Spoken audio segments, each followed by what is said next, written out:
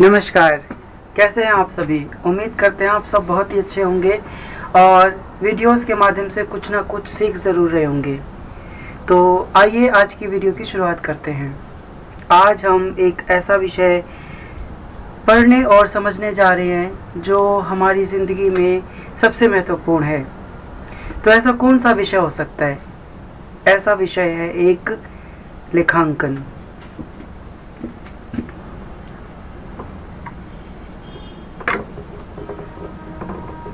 जिसे हम अंग्रेजी में अकाउंटिंग कहते हैं।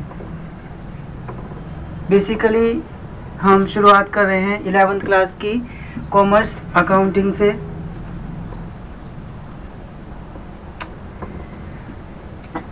क्योंकि देखो, व्यक्ति जो भी आर्थिक कार्य करता है, आर्थिक कार्य यानी कि धन कमाने के उद्देश्य से जो भी कार्य करता है, उन कार्यों को यदि मनुष्य आर्थिक कार्य, ठीक है, जो भी वो आर्थिक इकोनॉमिकल वर्क करता है, अगर वो अपने आर्थिक कार्यों को कहीं दर्ज ना करे, कहीं लिखे ना, तो वो भूल सकता है। बहुत सारे हिसाब किताब है ना। मान लो किसी से उसको 400 रुपये लेने हैं, किसी को उसे 800 रुपये लौटाने हैं। यदि इनका हिसाब मनुष्य नहीं रखता किसी रिकॉर्ड के अंदर, किसी पुस्तक के अंदर, तो ऐसे हिसाब गड़बड़ हो सकते हैं, है ना। लेखांकन हमारी इस चीज़ में मदद करता है, हेल्प करता है, ताकि हम अपने न केवल दैनिक कार्यों को बल्कि अपने व्यवसाय को सुचारू रूप से चलाने के लिए इसका प्रयोग सही ढंग से कर सकें। यही हमारे लिए लेखांकन या अकाउंटिंग है। तो हमें लेखांकन की आवश्यकता क्यों पड़ती है? हमें क्यों ज़रूरी है लेखांकन करना? क्या बिना लेखांकन के काम नहीं हो सकता? निश्चित तौर पर अच्छे तरीके से नहीं हो सकता। हो तो सकता है, परंतु अच्छे तरीके से नहीं हो सकता। देखो, जितने भी व्यवसायी हैं, व्यवसायी मतलब बिजनेसमैन, वो प्रतिवर्ष ये जानना चाहते हैं कि उन्हें उस वर्ष कितने लाभ हुए हैं या कितनी हानियां हुई हैं, और वर्ष के अंत में वे ये भी जानना चाहते हैं कि उन्होंने जो पूंजी लगाई है वो किस रूप में लगाई है, यानी कि उन्हें किस व्यक्ति को कितना पैसा देना है और किससे कितना पैसा लेना है, उसके उधार कितने हैं, है ना, और उसकी जमाएं कितनी है। ऐसे बहुत सारे प्रश्न हो सकते हैं। तो इन सूचनाओं को प्राप्त करने के लिए हमें आवश्यकता पड़ती है लेखांकन की, अकाउंटिंग की आवश्यकता पड़ती है, क्योंकि हम अपने सभी लेन देनों को समय अनुसार इसमें लिखते रहते हैं पूर्ण रूप से। प्रत्येक व्यवसायी ये जानना चाहता है कि उसने कितना क्रय किया, कितना विक्रय किया। क्रय, उसने परचेज क्या किया है, विक्रय, उसने सेल क्या किया है, क्रय वापसी, उसने जो परचेज किया है क्या उसमें से कुछ रिटर्न किया है, तो ये परचेज रिटर्न हो जाएगा, परचेज रिटर्न। उसने कुछ विक्रय वापसी की है क्या, यानी कि उसको कुछ विक्रय वापसी प्राप्त हुई है, तो ये सेल्स रिटर्न हो जाएगा। ऐसे बहुत सारी जो इकाइयां हैं, जो मदें हैं, उनकी आर्थिक स्थिति के रूप में जब कोई भी व्यवसायी, कोई व्यक्ति सूचना इकट्ठी करता है अपनी संपत्ति में कि उसने क्या पूंजी लगा रखी है, किस व्यवसायी से कितना रुपया लेना है और किसको कितना रुपया देना है, यही नहीं बल्कि उसे अपने आयकर यानी इनकम टैक्स और वस्तु एवं सेवा कर, जिसको हम जीएसटी बोलते हैं, गुड्स एंड सर्विसेज टैक्स, इन सब का ब्यौरा भी उसे अपने पास रखना पड़ता है, क्योंकि वक्त पड़ने पर न्यायालय में इनको पेश किया जा सकता है। क्योंकि आज के युग में व्यावसायिक जो लेखे हैं इनका महत्व दिन प्रतिदिन बढ़ता जा रहा है, और व्यवसाय का जो मालिक है या व्यवसायी है उसको इस चीज की सूचना कि उसके माल की लागत क्या है, समय समय पर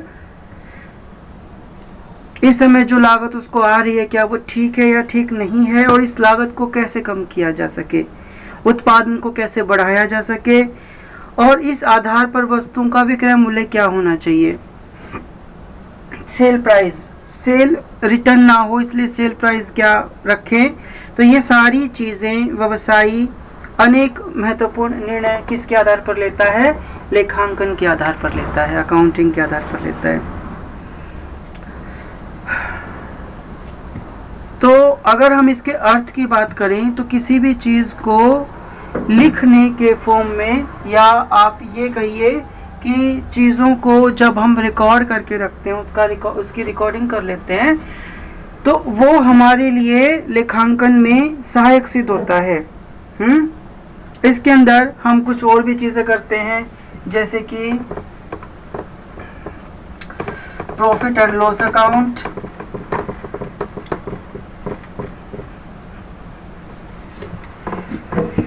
इसके अंदर और हम क्या करते हैं, रिकॉर्डिंग करते हैं।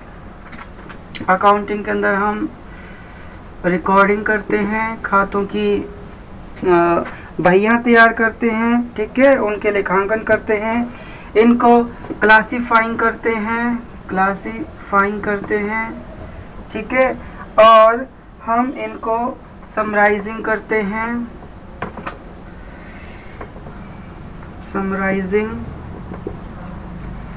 रिकॉर्डिंग, क्लासिफाइंग, समराइजिंग, ठीक है, इनका सारांश तैयार करने के बाद हमें कुछ वित्तीय विवरण प्राप्त होते हैं जिसे हम प्रॉफिट एंड लॉस अकाउंट और स्थिति विवरण के नाम से जानते हैं, जिसे हम हिंदी में कहते हैं लाभ हानि खाता।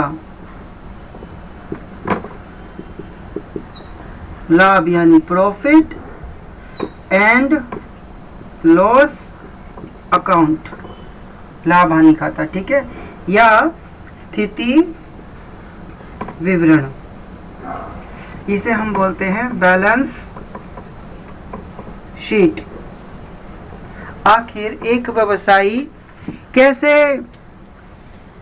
अपने व्यवसाय को किसी व्यक्ति के आगे प्रस्तुत कर सकता है कि उसका व्यवसाय उन्नति कर रहा है या नहीं कर रहा, तो वो अपने प्रॉफिट एंड लॉस अकाउंट या बैलेंस शीट के माध्यम से इस चीज का उल्लेख करने में सक्षम हो जाता है,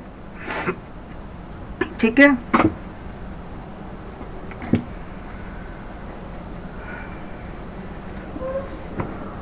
तो आज की वीडियो में हमने लेखांकन कवर कर लिया है और लेखांकन क्या काम करता है ये कवर कर लिया है। और जल्दी से अब हम इसकी कुछ विशेषताएं पढ़ लेते हैं। तो इसकी विशेषताएं क्या हैं आइए देखते हैं।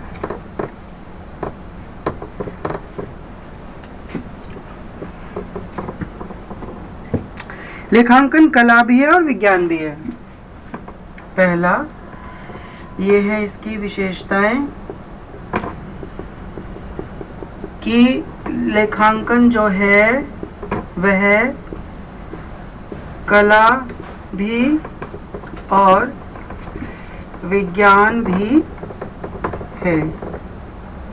अब कला क्यों है? देखो, कला एक प्रकार की विधि होती है जो कि पूर्व निर्धारित उद्देश्यों से हमें प्राप्त होती है ना। लेकिन अब किसी चीज को क्लासिफाई करना, उसकी रिकॉर्डिंग करना, ये सब कला ही तो है। समराइजिंग करना, ये सब कला है। लेकिन विज्ञान ये इसीलिए है क्योंकि ये कुछ सिद्धांतों पर आधारित है। इसीलिए हम कह सकते हैं कि लेखांकन कला भी है और विज्ञान भी है। ये विषय दोनों विषयों का संयोग है, जोड़ है। ये कला भी है और ये विज्ञान भी है। कला क्योंकि इसके कुछ अपने उद्देश्य होते हैं, विज्ञान क्योंकि ये कुछ सिद्धांतों, कुछ नियमों पर आधारित है, कुछ इसके अकाउंटिंग स्टैंडर्ड्स हैं, कुछ पैमाने हैं इसके, कुछ लेखांकन प्रमाप हैं इसके। केवल वित्तीय प्रकृति के लेन देनों का लेखा करना इसकी विशेषताओं में शामिल है। केवल वित्तीय प्रकृति के लेन देनों का लेखा करना।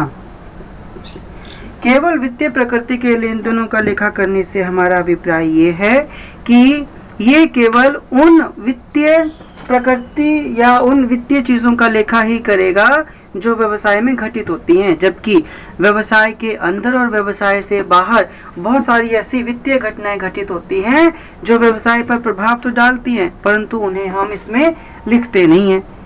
जैसे कि मान लीजिए मैनेजर का झगड़ा हो जाता है एम्प्लॉयज के साथ, है ना, और इस दौरान मैनेजर छोड़कर चला जाए या एम्प्लॉय छोड़कर चला जाए, तो ये वित्तीय नुकसान है, परंतु इनको लेखांकन में कहीं लिखा नहीं जाता। ये इसकी विशेषता है। हाँ, या कर्मचारी हड़ताल कर दे, तालाबंदी कर दे, ठीक है, तो इन सब चीज़ों को हम इसमें दर्ज नहीं करते। हालांकि इनसे नुकसान होगा, कब होगा ये निश्चित तौर पर नहीं कहा जा सकता, परंतु नुकसान होगा, वित्तीय नुकसान है, फिर भी वित्तीय प्रकृति के लेन देनों को ही इसमें लिखा जाता है, बाहरी चीज़ों को नहीं लिखा जा सकता, ठीक है। या कोई नया प्रतियोगी आ जाए, उससे हमें नुकसान हो जाए, तो इन सब चीज़ों को लिखते नहीं है, सिर्फ कुछ वित्तीय प्रकृति की घटनाएं जो होती हैं उनको ही लिखा जाता है। या कोई अनुभवी प्रबंधक है, वो अपना त्याग पत्र दे दे, रिजाइन कर दे, ये सारी चीज़ें इसमें नहीं लिखी जाएंगी। मुद्रा के रूप में लेखा करना इसकी विशेषता है। मुद्रा के रूप में लेखा करना इसकी विशेषता है। अब मुद्रा के रूप में कैसे, देखो, जब तक कोई व्यवसायी कहता है कि उसके पास 200 कुर्सियां हैं, है ना, 200 चेयर हैं और 10 टेबल हैं, 10 मेज हैं, इसके पास 50,000 इसके पास नगद है, कैश है, और 2000 वर्ग मीटर इसके पास भूमि है, 5 ट्रक हैं इसके पास, 10 टन कच्चा माल है, 10 टन कच्चा माल है, ठीक है, आदि। तो इनका तो कोई लेखा हो नहीं सकता, जब तक ये मुद्रा के रूप में ना मापी जाएं, ठीक है, क्योंकि इनसे हमें कोई उपयोगी सूचना प्राप्त नहीं हो रही है। उपयोगी सूचना कैसे प्राप्त होगी, हम मान लेते हैं कि हमारे पास 50,000 का तो कैश है ना, हम मानते हैं कि जो हमारी लैंड है, जो भूमि है, उसका प्राइस 2 करोड़ है। हम मान लेते हैं ट्रक्स, जो अपने ट्रक हैं, उनकी कीमत 50 लाख है। मशीनों की कीमत 20 लाख है। मशीन्स जो है हमारे पास वो 20 लाख की हैं। माल 5 लाख का, कुर्सियां 50,000 की, मटेरियल 5 लाख,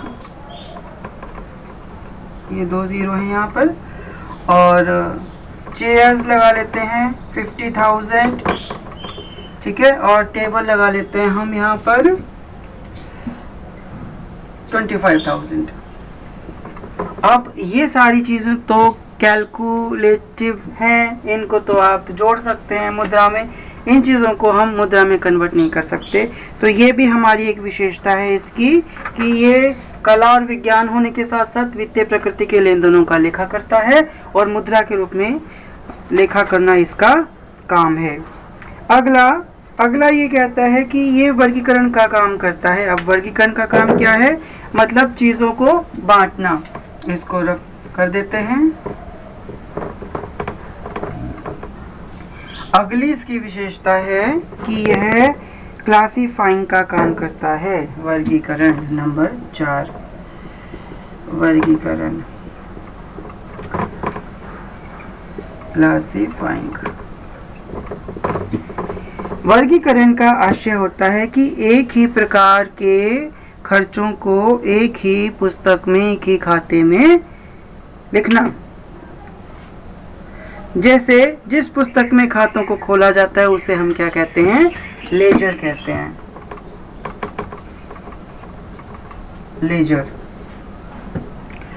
और खाता बही में जो व्यवसाय से संबंधित सभी व्यक्तियों के अलग अलग खाते खोले जाते हैं, चाहे वे हमारे ग्राहक हों या फिर माल करने वाले सप्लायर हों। ठीक है, इसके लिए हमें क्रय विक्रय संपत्तियों के लिए भी अलग अलग खाते बनाने पड़ते हैं और जर्नल में लिखी गई सभी आयों और व्ययों को भी खाता बही में अलग अलग शीर्षकों के रूप में हमें इसमें बांटना होता है, जैसे मजदूरी खाता, वेतन खाता, मजदूरी यानी कि वेजेस अकाउंट, सैलरी अकाउंट, विज्ञापन व्यय खाता है ना, एडवर्टाइजमेंट एक्सपेंसेस अकाउंट, कमीशन खाता, कमीशन अकाउंट, कमीशन अकाउंट। तो ये सारे अकाउंट हमें लेजर में अलग अलग लिखने पड़ते हैं। नेक्स्ट है सारांश। ये इसकी विशेषताएं हैं सारी। सारांश यानी समराइजिंग प्रस्तुत करना, समराइजिंग। अब समराइजिंग क्या होता है, देखो सारांश तैयार करना एक प्रकार की कला है ना, जिसके अंतर्गत विभिन्न आंकड़ों को हम इस तरीके से पेश करते हैं कि प्रबंधकों और दूसरे व्यक्तियों को ये सारी चीजें समझ में आ जाएं। इसके लिए खाता बही के जितने भी हमारे शेष निकाले जाते हैं उनको हम ट्रायल बैलेंस,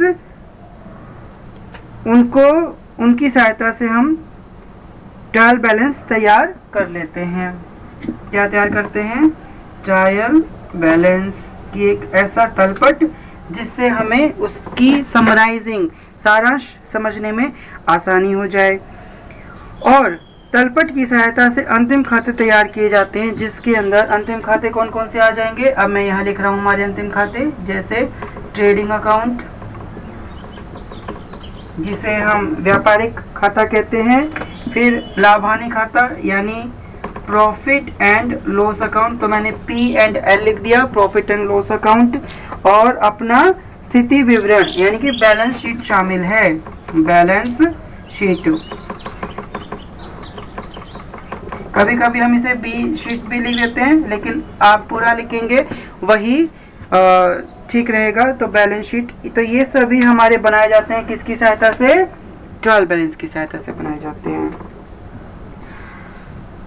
व्यापारिक वर्ष के दौरान जितने भी हमें लाभ या हानि हो रहे हैं वो हम इनके थ्रू जान सकते हैं, और ये हमारी वित्तीय स्थिति को प्रदर्शित करता है, हमें क्या सुधार करना है इस ओर हमें लेकर जाता है। ठीक है, तो आज की वीडियो में हमने अकाउंटेंसी का केवल बेसिक सीखा है, जो कि 10+2 का है। लेखांकन अकाउंटिंग क्या होता है, ठीक है, ये कला भी है और विज्ञान भी है, एक आर्ट भी है, as well as it is a science. वित्तीय प्रकृति के लेन देनों का लेखा करता है, मुद्रा के रूप में लेखा करता है। जो भी वस्तु मुद्रा के रूप में मापी जा सकती है उसका लेखा कर लेगा, वस्तु को नहीं मापेगा, उसके मूल्य को मापेगा। वर्गीकरण कर सकता है, ठीक है, अलग अलग अकाउंट्स को क्लासिफाई करेगा, लेजर सबके जितने भी बनेंगे, wage account, salary, advertisement expenses account, balance sheet तो अलग है, कमीशन अकाउंट अपना, ये सारे सारांश निकालेगा, समराइजिंग करेगा, ट्रायल बैलेंस बनवाएगा, ट्रेडिंग अकाउंट बनवाएगा, प्रॉफिट एंड लॉस अकाउंट बनवाएगा, बैलेंस शीट बनवाएगा, और अपने व्यवसाय की वित्तीय स्थिति का अवलोकन करने में हमें सक्षमता प्रदान करेगा, सक्षम बनाएगा। आई होप आपको अकाउंटिंग का ये वाला टॉपिक अच्छे से समझ में आया होगा, और आप वीडियोस के माध्यम से हमें सुन रहे होंगे, समझ रहे होंगे और कुछ ना कुछ सीख रहे होंगे। तो ऐसे ही साथ, और अब मिलेंगे अगली नई वीडियो में। टिल देन टेक केयर, नमस्कार।